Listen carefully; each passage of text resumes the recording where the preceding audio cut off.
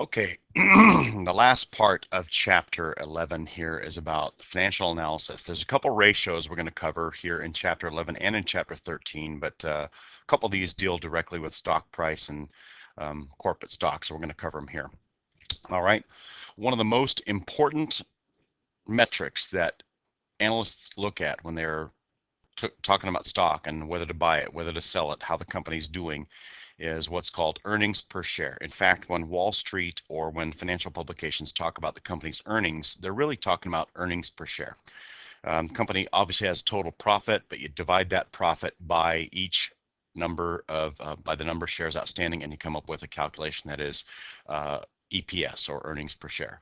So take the company's net income to calculate EPS, and you divide it by the number of shares outstanding. Technically, it's a weighted average. Um, in other words, if the company were to issue stock or to buy stock back during this quarter or during the financial period in question, you would not have a simple number of shares outstanding. You'd have to take a weighted average. In other words, if during month one they had 1,000 shares outstanding, but during month two they issued some more shares, so it was 1,500, you would have to do a weighted average. We're not going to calculate that. You don't need to know that for the homework or the test, I don't think. But anyway, we'll go into that if you do. Basically, you're going to be given a number of shares outstanding and just divide that into the net income. And think about it, this is in dollars. Number of shares is just a number, so you get dollars per share. So when companies say our earnings were 56 cents per share, they're really talking about their earnings per share. All right. Another one is a market value indicator called price to earnings ratio, also known as, and that's the AKA, also known as the PE ratio, or simply PE. This ratio compares the current market price to the company's latest income figures.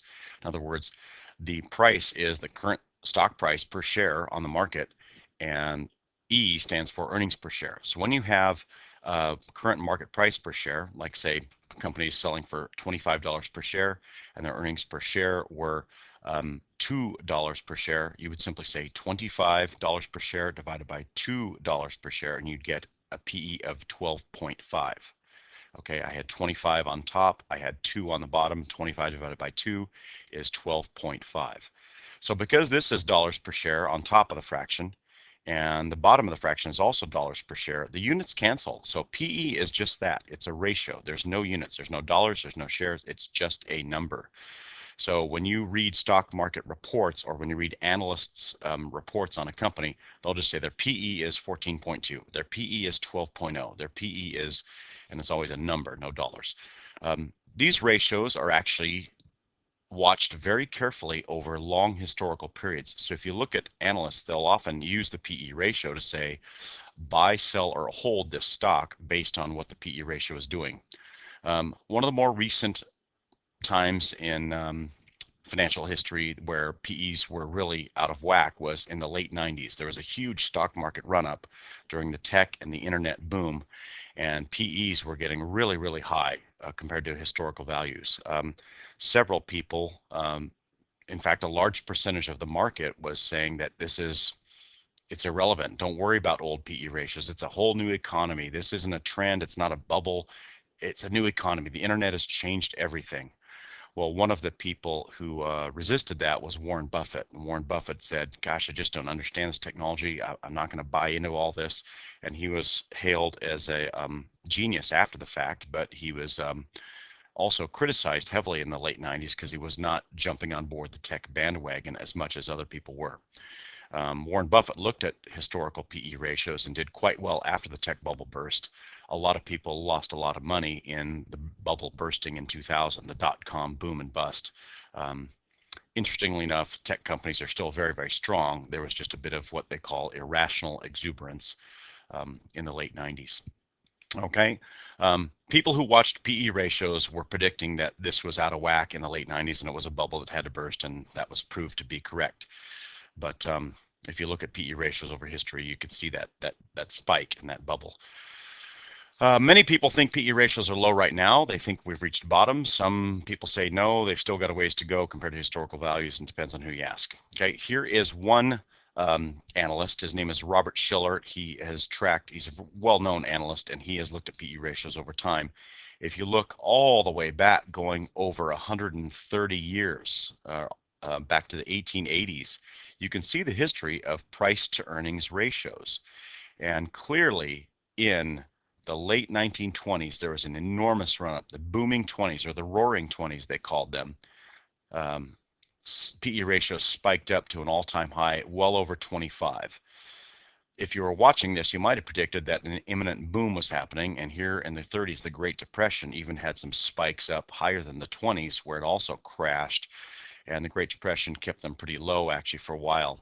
And so these two spikes were immediately followed by a tremendous crash in stock prices. Remember, if prices are low, that means PE ratio is low. If prices are really, really high or overpriced compared to earnings, then the PE ratio and prices will both be high. So when prices are high, a lot of people think that a correction or a huge drop in stock prices is imminent. It's going to be following a huge spike like this. So through the 70s, terrible decade for stocks. 80s, there was a crash in 87. You can see that right there by this arrow here in the late 80s, the Black Monday, I think they called it. And in the late 90s, look at the huge run up as the internet and technology stocks boomed out of the recession in the early 90s. And this just climbed amazingly high until in 99, there was a tremendous fall in 2000. And even in the mid 2000s, there have been some rallies. 2003 was a very good year for stocks. Some say stocks right now are at a low PE, and that means it's a good time to buy. Depends on who you ask. Here's one analyst out of working for Bronson Capital Markets. This guy has tracked long-term trends, and despite all the noise in the data, stock prices and PE ratio often look like this crazy up and down pattern. They look for overall macro trends. So going back over 100 years, this guy sees this sawtooth trend that goes up and down, following the red lines, which is a simplification of the blue noisy data. And it looks like his analysis says right here in the mid 2010s, maybe about 2015, this current PE ratio is going to bottom out and it's going to start going up again, which means we're nearing a period in which it might be a great time to buy stocks. Well, that's one person's analysis. You never know with stock prices. The one thing you know is that it's unpredictable, and one famous stock analyst said, nobody knows nothing. And this is analysis. This is what a lot of people do. There's some very lucrative careers in being a stock analyst, but there's a lot of data that shows that the analysts don't do any better than the market averages. So it's just something to think about. Okay, PE ratios and earnings per share. You need these to do your homework problems here. Quick study 11.5, quick study 11.11. These three exercises, and all those are online on the Connect site. So that is this chapter. Hope that is straightforward and simple enough for you, but there you go. Good luck with your homework, and there you go.